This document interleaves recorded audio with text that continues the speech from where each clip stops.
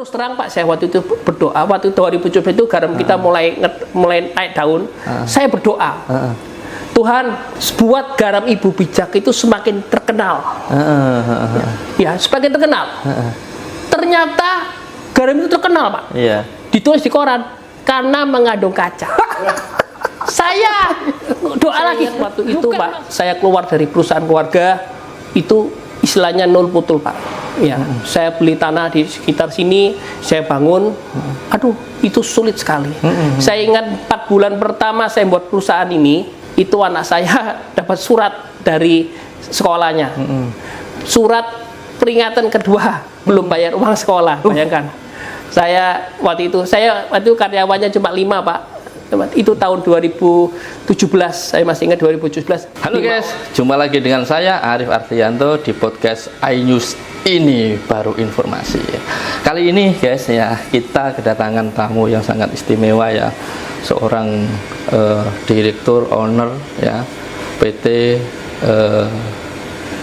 Garsindo Anugrah Sejahtera. Jarang sekali kita ketemu sama beliau. Kali ini beliau mau bercerita soal bagaimana atau bercerita soal inspirasi kehidupan beliau yang jarang sekali orang tahu. Beliau sangat luar biasa ya. Beliau adalah penyuka pendidikan. Nah, selain pengusaha, dia suka di bidang pendidikan. Gelarnya sekarang adalah sarjana hukum Magister Manajemen. Sebentar lagi beliau mau mengejar ke jenjang doktor. Ini sesuatu yang sangat luar biasa guys ya. Nanti kita berbincang-bincang dengan beliau untuk tahu bagaimana sih tentang sejarah beliau menjadi seorang pengusaha yang besar disegani di Indonesia ini. Halo Bang, gimana kabarnya? Aduh, baik, terima kasih Pak Arif. Ya, kayaknya ini tambah cerah saja ini ya. Wajahnya bersinar-sinar gitu. Ya. Bang, ini saya khusus datang ke sini Bang untuk tahu bagaimana sih cerita Abang mengenai perjuangan hidup ya. Menjadi seorang pengusaha itu kan tidak bisa serta-merta Bang. Butuh namanya perjuangan hidup yang dari bawah ya. Kemudian kita menetapkan untuk menjadi seorang pengusaha ya. Kemudian pengusaha itu kan tidak mudah. Bagaimana sih cerita Abang tentang kehidupan Abang yang perlu kita untuk inspirasi bagi teman-teman anak muda sekarang gitu. Gimana Bang?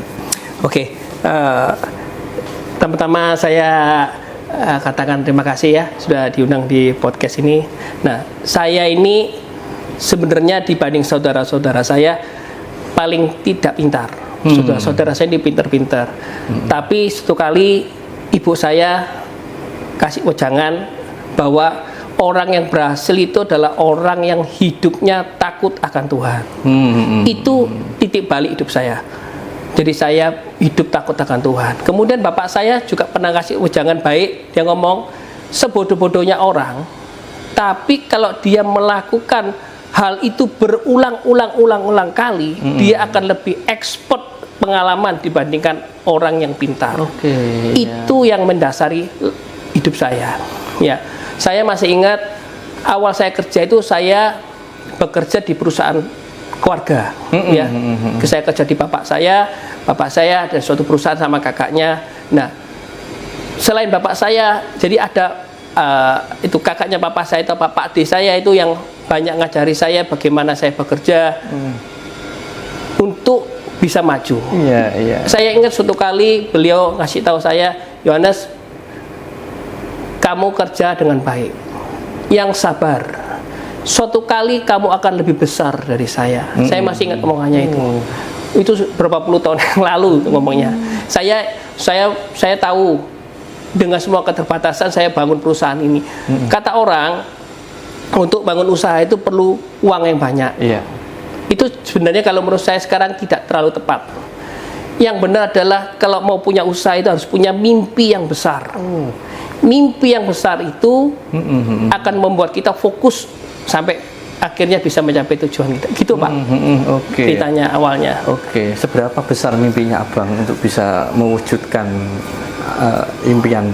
Jadi saya ingat waktu itu Pak, saya keluar dari perusahaan keluarga itu istilahnya nol putul Pak. Ya, saya beli tanah di sekitar sini, saya bangun, aduh itu sulit sekali. Saya ingat 4 bulan pertama saya buat perusahaan ini, itu anak saya dapat surat dari sekolahnya, surat peringatan kedua belum bayar uang sekolah, bayangkan. Saya waktu itu karyawannya cuma 5 Pak.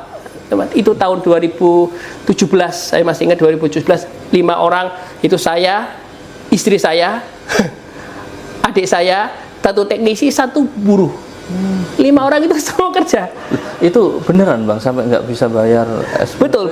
Karena saya lebih utamakan untuk bisa perputaran ini. Sulit. Nah, untungnya saya Pak, tadi poin pertama Ibu saya ngajari hidup takut akan Tuhan, itu membuat saya mengerti bahwa rezeki itu memberi atas. Saya terus berdoa, berharap, percaya, beriman. Ternyata bagi Tuhan untuk merubah sesuatu itu semudah telapak tangan dibalik. Jadi waktu itu saya ingat tahun 2017, 4 bulan pertama itu sulit. Kemudian sekitar 6 bulan ke-7 itu Indonesia mengalami gagal panen. Tahun berapa itu? 2017. Oh, 2017 ya. Itu mengalami gagal panen. Garam yang harganya cuma sekitar 400 rupiah, 500 rupiah, itu saya bisa jual sampai harga 10.000 per kilo. Bayangkan. Itu Pak, saya titik baliknya mulai maju. Ketika saya titik baliknya maju itu, begitu terima uang, saya tidak beli Mercy, saya langsung segera bangun. Tak beli tanah di Sumeneb, langsung saya bangun pabrik di Sumeneb itu. Saya boleh beli pabrik sana karena saya tahu kesempatan mungkin tidak datang 2 kali. Akhirnya saya bangun pabrik Sumeneb. Akhirnya sampai bisa berkembang seperti sekarang ini Pak. Nah, jadi semua ini tidak dimulai dengan mudah Pak. Sulit sekali. Saya masih ingat saingan-saingan saya. Berapa Pak ini cerita ya Pak ya? Ya. Saingan saya itu waktu itu saya buka harga 4.300 Pak. Saingan saya buka harga 2.700. Selisih 50%. Karena bahan bakunya kan waktu itu saya belum bisa ngolah sendiri Pak. Beli garam jadi dari pemerintah. Pak, itu saya olah. Kan otomatis kan modalnya sudah besar. Saya kalah Pak. Dia buka 2.700. Saya ingat sampai karena stresnya Pak, nggak bisa jual, itu tinggal tunggu waktu harga 4.300, akhirnya saya potong harganya dengan subsidi itu harga 3.600, masih belum laku. Bayangkan waktu itu posisi saya stres banget Pak, sampai sakit Pak. Saya sakit itu parah waktu itu Pak, kan pikirannya sakit. Pikirannya sakit. Maaf saya ngomong ini sampai karena stres itu sampai berak darah. Sampai seperti itu. Akhirnya suatu kali saya pergi ke dokter, itu saya lihat TV Pak. Di TV itu tahun 2019 itu saya ingat ceritanya. Dari 2017 kita naik enak, 2018 normal, 2019 turun. Itu kita diajar sama langganan sama kompetitor 2019 itu saya ingat diajar itu saya stres Pak. Waktu itu saya lihat TV. Di TV itu dikatakan begini, Sumeneb dilanda gempa. Otomatis kan saya ketakutan Pak. Pabrik utama kan di Sumeneb. Saya telepon orang-orang sana, pabrik aman enggak? Kata pabrik, kata orang sana, aman Pak. Ada yang cerita gini, itu saya pikir kasur saya ini digoyak-goyak genderuwo katanya. Saya sih nggak peduli kasurnya mau diwalak-walik gini. Pertanyaan saya, pabriknya aman tidak? Kalau dia ngomong habis rubuh Pak, habis sudah. Ya, waktu dia ngomong aman Pak. Tiba-tiba saya mendengar suatu suara Pak. Kalau aku tidak ingin kamu kalah, biar musuhmu kasih gratis, kamu nggak akan kalah. Tiba-tiba kayak ada tirai diambil dari muka saya. Tirai diambil. Lalu saya tiba-tiba sehat. Saya ngomong, pulang, sudah sehat. Enggak bisa, periksa dulu, udah habis ini kok pulang. Ada istri saya begitu. Periksa, enggak ada apa-apa, yang sakit pikirannya. Akhirnya saya pulang. Begitu naik mobil, pertama saya telepon bagian pemasaran. Saya ngomong, harga berapa terakhir Pak? Bapak waktu itu jual harga 4.300 tidak laku. Bapak potong 3.600 tidak laku. Bapak mau turunkan berapa? Karena saingan saya dibuka harga 2.600 Pak. Bayangkan. Memang mematikan Pak. Jangan. Nah, maksudnya gimana Pak? Kali ini kita akan menang. Naikkan harganya jadi 4.500. Mungkin pikir anak buah saya ini mendem paling. Habis mabuk mungkin bosnya ini. Di 4.300 turunkan 3.600 tidak laku, dinaikkan jadi 4.500. Kali ini kita pasti menang. Kita nggak akan kalah. 2 minggu kemudian terdengar isu Pak, bahwa garam Ibu Bijak itu mahal karena memang kualitasnya bagus, harga laris. Jadi itu kita tidak terbendung Pak. Ya, makanya oleh karena itu saya percaya bahwa usaha ini bukan hanya melulu masalah modal uang, tetapi adalah pertama takut akan Tuhan yang memberi kita pengharapan. Yang kedua adalah bersabar. Itu yang saya pelajari Pak selama ini. Ya saya ingat Pak Arif, COVID itu kapan sih? Awal Januari 2020 ya. Itu semua perusahaan sepi Pak. Termasuk saya, barang numpuk. Saya masih ingat barang nggak bisa jual Pak. Anak-anak ngomong Pak diliburkan aja Pak. Waktu itu ngetren namanya work at home, WFH, work from home ya. Wah lagi ngetren. Saya sebenarnya bingung, ya apa ya? Kalau saya liburkan, mungkin saya bisa makan 6 bulan kemudian, masih bisa makan. Tapi buru-buru saya nggak bisa makan. Kasihan. Lalu saya ngomong sama anak-anak, kalau kita bisa bertahan 1 bulan, kita bertahan 1 bulan. Kalau kita bisa bertahan 1 hari, kita bertahan 1 hari. Kita harus tetap kasih makan dia. Tumpuk lebih tinggi. Jadi waktu itu tumpuan garam itu sudah tinggi. Dimbal. Apa dimbal itu? Dinaikkan orang berapa sampai nempel plafon Pak. Tinggi. Saya tidak tahunya, makanya itu rezeki itu tangan Tuhan Pak Senat. Suatu rahasia yang kita tidak tahu. Tanggal 14 Januari, dari tanggal awal tahun itu sampai tanggal 13 itu sepi. Tanggal 14 Januari itu ternyata barang saya mulai keluar dan lancar. Saya genjot produksinya lancar, 24 jam, kecot terus keluar, lancar terus Pak. Akhirnya saya tahu ternyata pabrik-pabrik garam lain itu bos-bosnya takut mati Pak karena COVID. Saya mah juga takut. Saya mah juga takut mati Pak. Tapi kawan-kawan saya ngomong begini, ngapain kamu takut mati? Gurung suki kok. COVID itu hanya kena ke mereka yang kaya-kaya. Gurung suki kok takut mati. Saya masuk setiap hari Pak. Itu tahun 2020 itulah puncak kebangkitan Garsindo. Sejak itu tahun itu dia dikenal perusahaan ini. Dari berapa besar? Karena mungkin bisa dikatakan kita mungkin kalau saya boleh ngomong ya 10 besar lah Indonesia. 10 besar ya. Tahun 2020. Untuk garam lokal atau? Untuk garam lokal. Saya tidak pernah impor Pak. Karena bagi saya kita hidup di Indonesia harus pakai garam lokal. Harus berani pakai garam lokal. Memberdayakan petani Indonesia itu menurut saya Pak. Kalau mau impor mah semua orang juga bisa, ya. Tapi kalau pakai lokal itu perlu pengorbanan. Loh, tapi impor kan enak, Pak. Memang kalau impor mah kalau kita produksi tidak perlu susun banyak-banyak, paling cuma digiling, di oven, diayak, sudah bagus Pak. Kalau garam lokal itu harus dicuci dulu, kesusutannya 45%, banyak Pak. Tantangannya banyak. Tapi Pak, ketika saya beli dari garam petani itu ada kebanggaan. Apa ya? Made in Indonesia. Begitu Pak. Itu ceritanya awalnya. Makanya kalau orang banyak ngomong, saya belum bisa punya usaha. Kenapa? Karena nggak punya modal. Menurut saya tidak sepenuhnya benar. Untuk punya usaha itu harus punya mimpi yang kuat. Saya masih ingat mimpi saya itu adalah saya ingin membangun perusahaan itu yang menyebar ke seluruh Indonesia. Makanya singkatan dari Garsindo itu adalah garam seluruh Indonesia. Itu Pak isinya. Gitu ya ternyata Garsindo itu ya. Iya. Garam seluruh Indonesia. Iya. Oh, itu berarti sudah dirancang mulai dari awal ya. Betul. Niatan hati ya itu. Betul. Itulah yang kemudian mulai sedikit demi sedikit terwujud ya Pak. Betul. Ada enggak Bang momen yang paling istilahnya paling jatuh selain nggak bisa bayar SPP? Ada enggak seperti itu?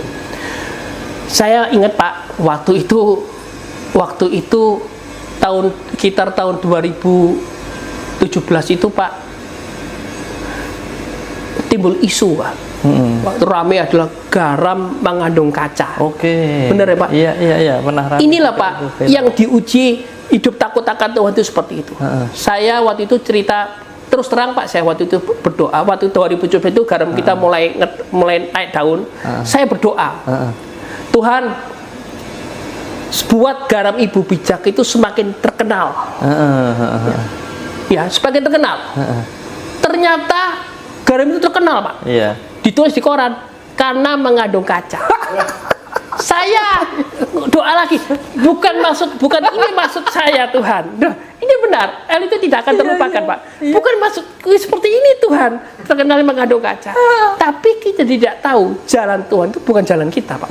Dia ajaib dan luar biasa. Jadi waktu itu ada zaman-zamannya kopi Simirna, sianida. Kopi sianida itu Pak, Simirna cerita, dan kafenya itu terkenal, pintau rasanya kopi sianida itu seperti apa. Nah, mungkin karena zamannya edan ya Pak ya.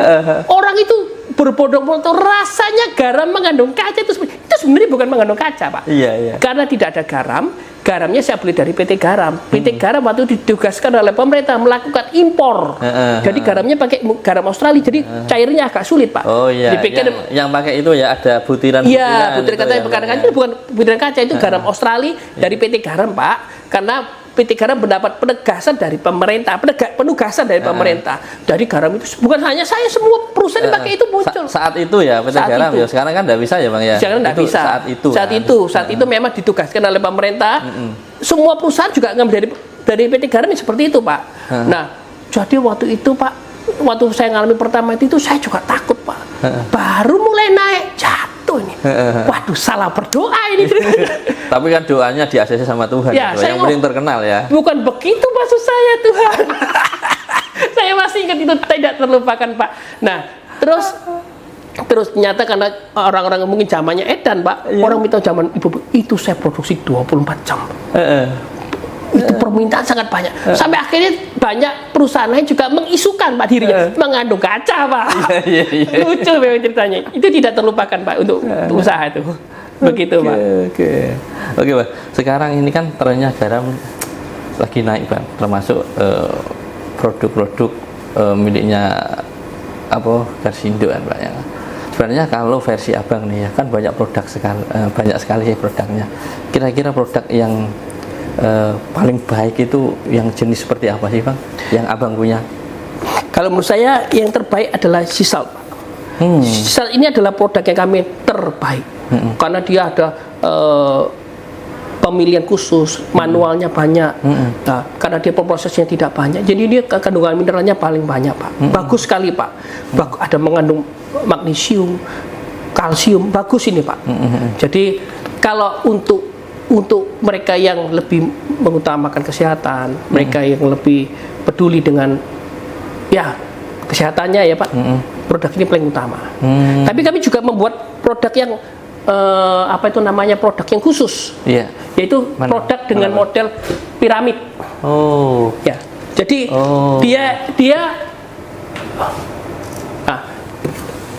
dia berbentuk piramid. Inilah produk kami yang baru. Ini dibentuk manual atau dibentuk secara alami, Bang? Secara alami.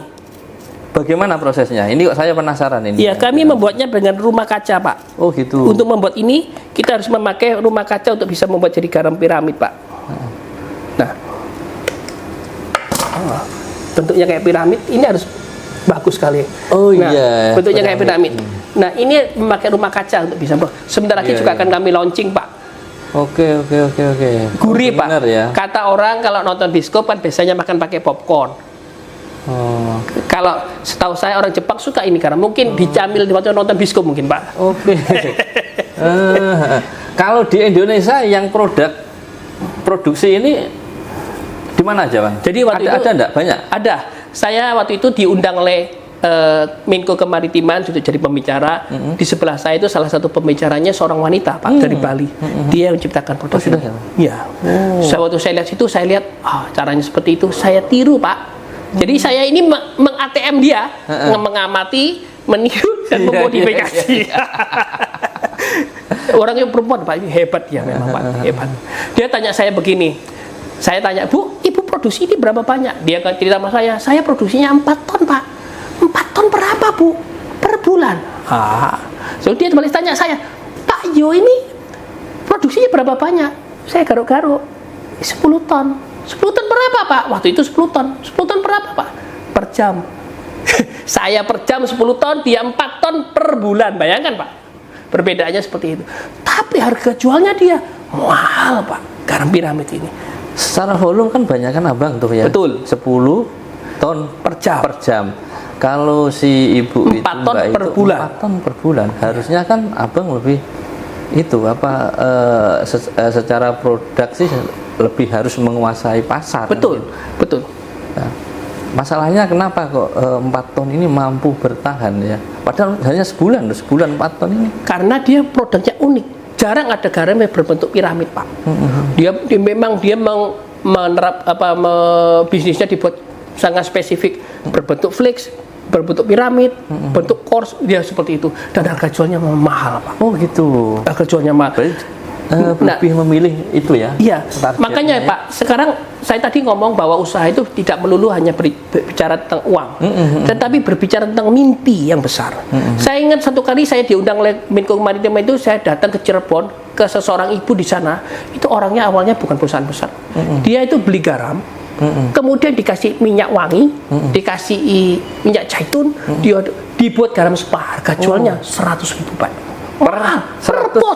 Per pos itu berapa itu? Berarti kalau per pos, satu posnya anggap 500, berarti kan sudah 200.000 per kilo, Pak. Iya. Luar biasa, Pak. Nah, orang seperti ini, makanya saya kasih tahu, kalau kita hanya terbatas dengan kata, oh, saya tidak bisa usaha karena tidak punya uang.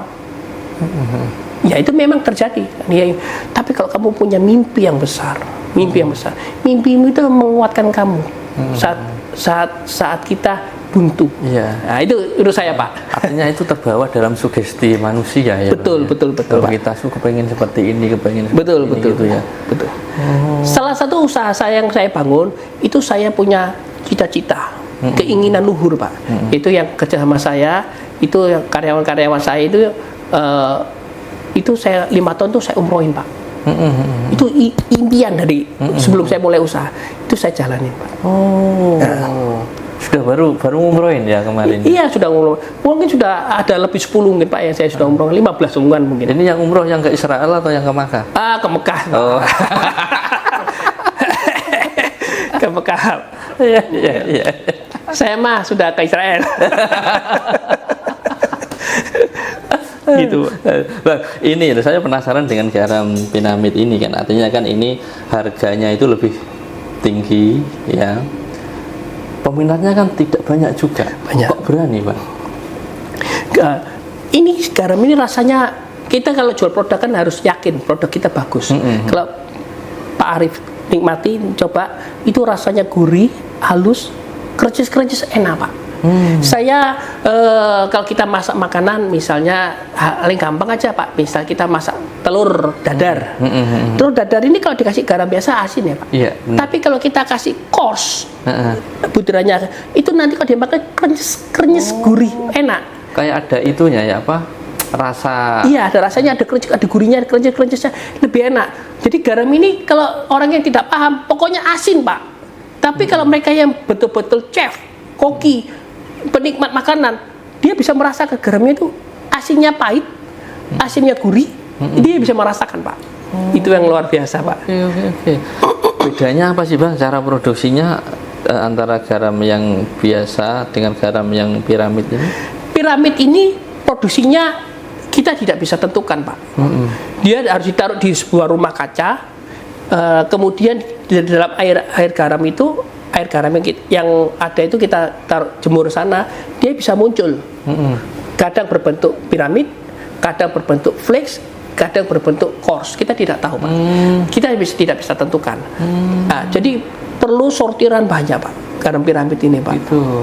Tetapi suatu kali saya baca buku Blue Ocean Strategy, Pak.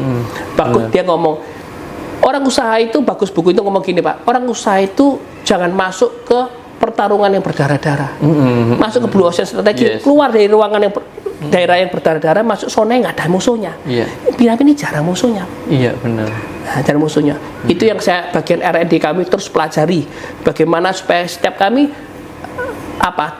cetak di tujuan cetak ternakan di rumah kaca munculnya adalah piramid. Dan kami sekarang sudah 90% mengarah ke sana, sudah menemukan. Yang pabrik yang mana ini, Bang? Di Sumeneb. Oh, yang Sumeneb. Iya, Sumeneb kan ada 2 tuh ya. Iya. Yang ini sama yang sini ya. Iya. Oh, sudah mulai ke kaca ya yang. Sudah. Mahal, Pak. Invest kaca itu kurang lebih hampir 500 juta, Pak, ya. Mahal satu rumah kaca. Betul-betul mahal. Launching kapan ini, Bang, rencananya? Segera tahun ini akan launching ini. Garamnya sudah bisa cetak, plastik sedang kami siapkan. akan sudah mulai jual kita yang piramid. Ini kan sudah tulisannya Flix, sudah mulai Flix, sudah mulai jual kita. Nanti mereknya atau namanya tetap Sisel atau Ibu Bijak atau apa? Jadi nanti ada Ibu Bijak piramid, ada nanti Delvino piramid. Gitu. Jadi yang produk utama kami yang tinggi itu selalu kami akan munculin nama Sisal, Pak. Itu adalah produk utama kami, Sisal. Oh, yang high ya? Ya, high-nya. Yang umumnya ada, ini produk umum kami, Pak. Oke. Ini Ibu Bijak. Bedanya apa sih, Pak? Kalau Bapak tanya, bedanya apa sih garam lokal sama...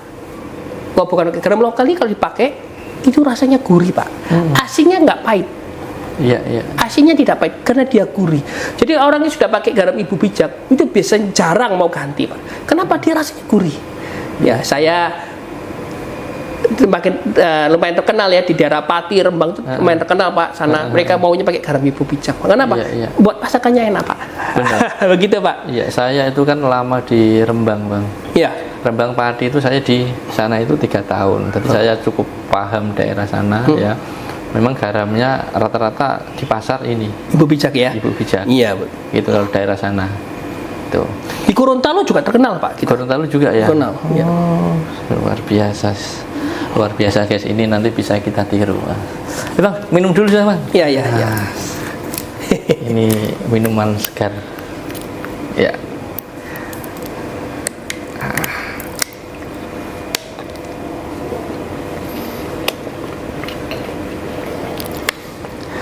Wah, segar ini.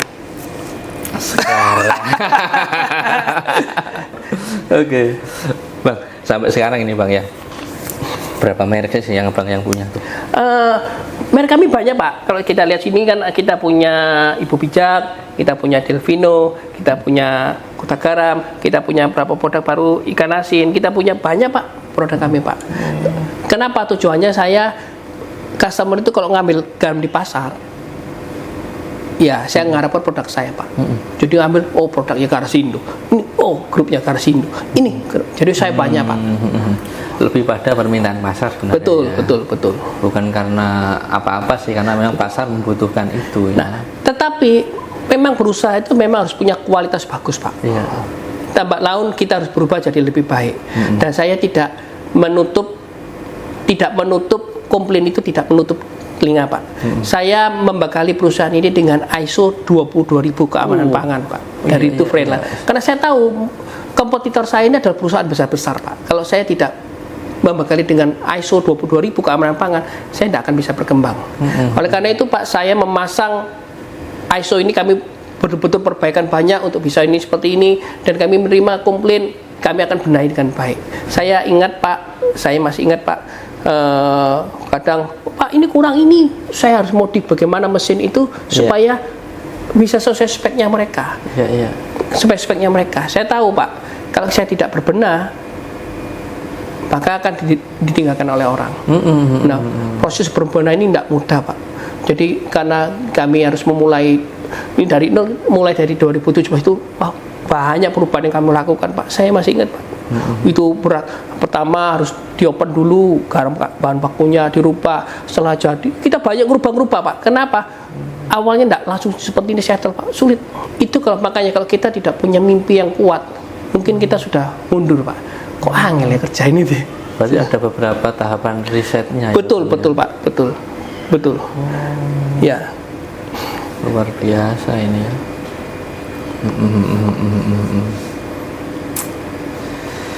Garam piramid. Nah, oke. Abang, nanti ini kayaknya kan kompetitor ini istilahnya saya bilang itu ya persaingannya itu kayaknya karena kita tidak ada ketentuan regulasi harga batas atas maupun batas bawah. Artinya kan ini persaingan itu akan semakin menggila. Kira-kira Abang itu nanti strateginya bagaimana, Bang, 2025? Oh, yang pasti begini, Pak Arif. Saya satu, kualitas harus kita tingkatkan, kita jaga. Paling sulit adalah kalau kita mempertahankan.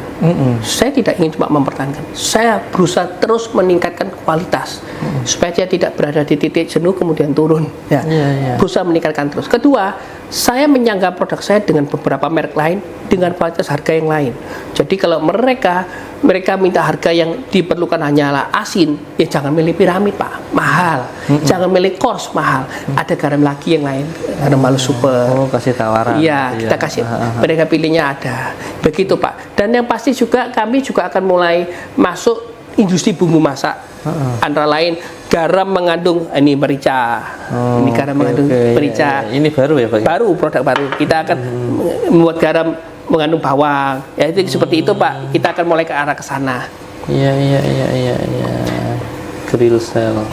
Ya, saya tidak tertarik masuk dunia usaha yang berdarah-darah perang-perangan. Kamu berapa? Oh, 5.000, aku 4.000. Tidak tertarik seperti itu Pak. Itu justru sebenarnya pengusaha sendiri yang dirugikan. Betul.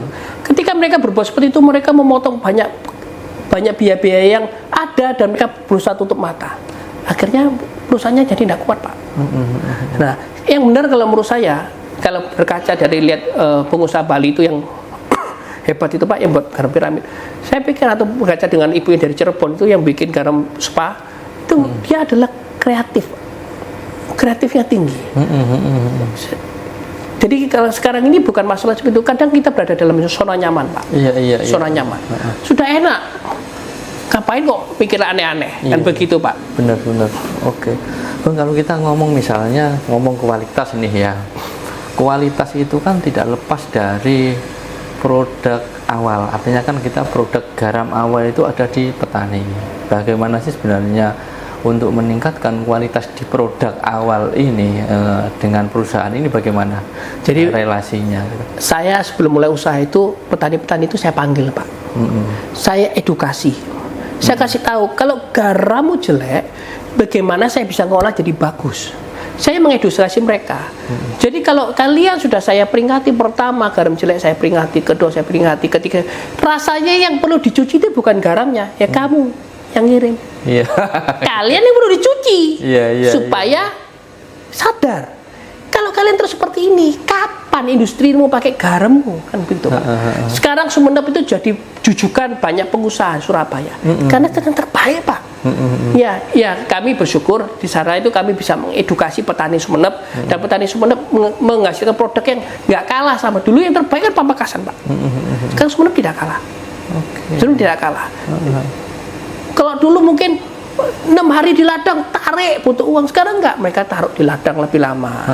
Mereka betul-betul bagus, dicuci perlu bagus. Sekarang petani di Sumeneb tertib Pak, makanya kualitasnya bagus. Ya, tapi perlu untuk diajarkan Pak. Kalau enggak begitu mereka enggak paham Pak. Karung asal karung bekasnya apa, gula dipakai lah, garamnya mengandung gula itu Pak. Ya itu Pak. Asin dan manis. Betul. Jadi rebutan itu Bang. Dan pengusaha ini banyak salahnya Pak. Loh, kenapa saya ngomong banyak salahnya?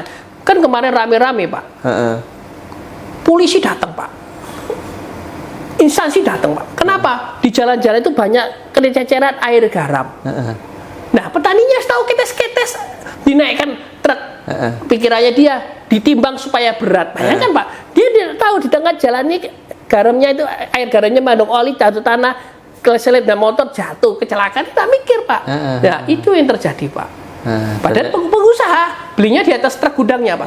Yang didatangi oleh para instansi, ya pengusaha ini Pak. Salah lagi pengusaha. Salah pengusaha. Kapan bisa berkembangnya kalau seperti ini? Betul Pak. Itu yang terjadi di lapangan Pak. Makanya banyak sekali ya oknum-oknum lah kita sebut lah Bang ya. Tidak semua aparat seperti itu, tapi tidak semua lah, Tapi sebenarnya mereka juga bukan menuntut kita macam-macam, cuma mau tahu ceritanya bagaimana Pak. Kita jelaskan, kita belinya kan atas truk di gudang kita, bukan kita kirim, mereka kirim. Seharusnya petani itu yang diedukasi Pak. Iya. Mungkin begitu jalannya truknya seperti itu ditilang, kan kapok sudah Pak. Ya seperti itu Pak. Kami juga mengedukasi, jangan kalau sampai itu orang lain, kalau saudaramu, keluargamu yang kepleset, bayangkan. Jadi kalau orang Sumeneb, saya yakin petani Sumeneb tidak seperti itu Pak. Kalau menurut saya Pak, karena jarak di ladang garam ke gudang saya di Sumeneb deket Pak, jadi dia tidak ada masalah. Tapi sempat juga didatangi ya. Iya, sempat datangi untuk jelaskan, Pak. Iya, oke, siap. Nah, produk lokal, Bang. Ya. Ini kan juga ramai nih untuk kebutuhan pangan, untuk kebutuhan industri. Sebenarnya produk lokal itu kualitasnya seperti apa sih? Karena kemarin saya sempat sharing ke KKP juga. Sebenarnya ada produk lokal itu yang bisa dipergunakan untuk pangan. Sebenarnya seperti apa sih kondisi produk lokal garamnya? Kalau saya di tahun 97, 96 itu garam impor nggak sebanyak sekarang, Pak. Nggak semua orang bisa impor, Pak, ya. Setahu saya itu. Nah, itu garam lokal yang naik daun, Pak. Pertanyaan saya, kalau memang alasannya garam impor itu tidak dibolehkan, impor lokal itu tidak bisa dipakai industri, alasannya kenapa? Karena kalsiumnya mungkin atau magnesiumnya tinggi. Pertanyaan saya cuma satu, kenapa garam Epsom itu kan mengandung magnesium tinggi kok mahal? Kan berarti perlu magnesium itu perlu loh untuk jantung pemuda. Bagus sebenarnya. Harus ada, tidak boleh juga tidak ada, harus ada juga. Nah, pertanyaan saya, kenapa kalau lokal ada mengandung magnesiumnya itu kok nggak dipakai, Pak? Sebenarnya penting garam itu, Pak, magnesium sesuai dengan SN yang ada, sesuai SN yang ada, kualitasnya bagus. Ya, mesti punya keinginan untuk mengembangkan negara sendiri ya, Pak, ya. Ya, saya berpikir kalau memang seperti itu, ya kita harus budayakan petani lokal. Menurut saya seperti itu, Pak. Oke, ya. Oke, Mas, satu, Bang, terakhir ini ya mengenai swasembada garam. Nah, ini kan pemerintah ngebet banget untuk swasembada pangan garam. Artinya kan ada tekad dari pemerintah yang ingin diwujudkan. Kira-kira dalam beberapa tahun ke depan itu bisa terrealisasi atau enggak, Pak? Itu tergantung, Pak. Kalau menurut saya, pemerintah konsisten tidak memberi impor, alasan apapun, Pak, maka garam lokal mau nggak mau akan laku, Pak, akan terpakai. Nah, contohnya Bang Arif ini kurang bisa bahasa Inggris ya, Pak. Iya. Kalau Bang Arif dikirim ke Amerika sana selama berapa tahun, saya yakin Bang Arif pulang bisa ngomong bahasa Inggris. Atau nggak usah ngomong bahasa Inggris lah, dikirim ke Cina, pulang pasti bisa ngomong bahasa Cina. Kenapa, Pak? Kepepet ya. Kebutuhan. Nah, saya juga seperti itu, Pak. Kalau saya disuruh milih, Pak, dulu sebelum milih, kalau orientasi saya adalah hanya keuntungan bukan untuk membangun, mengedukasi dan mengembangkan penggaraman termasuk ikut mengembangkan penggaraman di Indonesia, saya juga tertarik impor itu, Pak. Kenapa? Belum apa-apa, kita tidak perlu susut 45% untuk pengolahannya. Karena impor kan cukup digiling, diayak, diopen, murah. Biayanya murah. Segi keuntungan terlihat itu ya. Dari belum apa-apa sudah terlihat beda keuntungan. Pakai garam lokal, kesusutannya saja bisa sampai 45%. Bayangkan, Pak, itu dia main-main. Nah, oleh karena itu, dan juga bukan hanya itu, Pak. Kalau kita ngomong garam lokal, itu berbeda dengan garam impor, Pak. Kalau kita garam impor barang itu kan kena pajak ya, benar? Iya. Waktu kita jual, kita juga pakai PPN, bisa kita restitusi. Garam lokal itu kan tidak ada PPN-nya, Pak. Begitu kita jual, para industri itu minta PPN. Kita kalah, Pak, harganya, Pak. Sudah kena 45% kesusutan, masih kena PPN lagi. Mungkin itu yang perlu jadi PR buat pemerintah untuk dipikirkan. Garam lokal ini yang tidak impor ini masuk ke industri kok dikenakan PPN, kenapa? Oh, karena dibuat industri, oke. Kalau importir masuk kena PPN, jualnya PPN kan bisa di restitusi, benar ya? Benar. Nah, ini kan setengah mati kita ini. Ya, itu yang perlu jadi PR untuk pemerintah dipikirkan. Kalau enggak, bagaimana garam lokal ini bisa bersaing dengan impor untuk masuk industri?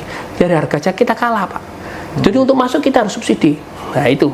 Suatu kali saya ditanya teman saya, loh, kenapa Garsindo kok nggak mau masuk banyak industri? Bukan nggak mau. Satu, harganya. Harganya itu terlalu rendah. Yang kedua, masalahnya karena masih ada yang impor. Kalau impor nggak ada, mau nggak mau, lokal pasti dipakai. Kecuali kalau yang garam lokal ini kurang putih, lalu yang impor putih, bolehlah pilih yang paling sama kok putihnya. Itu loh, Pak. Itu yang artinya niatan sebenarnya. Niatan dan regulasi yang memang harus dibangun secara serius oleh pemerintah ya. Betul. Itu yang mungkin pemahaman kurang. Saya pernah suatu kali pergi ke Australia sana, itu garam Australia itu sebelum masuk ke kapal dicuci dulu loh Pak. Dicuci dulu.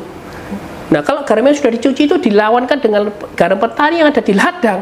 Ya jauh. Iya pasti bagusan ini petani di Australia sana iya. kapal. Tapi kalau sudah sama-sama olahan ini bagus Pak. Memang speknya mungkin yang garam impor itu mungkin kalsiumnya mungkin di bawah, ya, di bawahnya.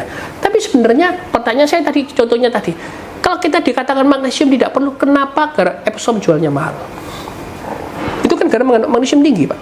Artinya kan dibutuhkan Pak. Gitu Pak ya? Iya untuk kehidupannya. Iya.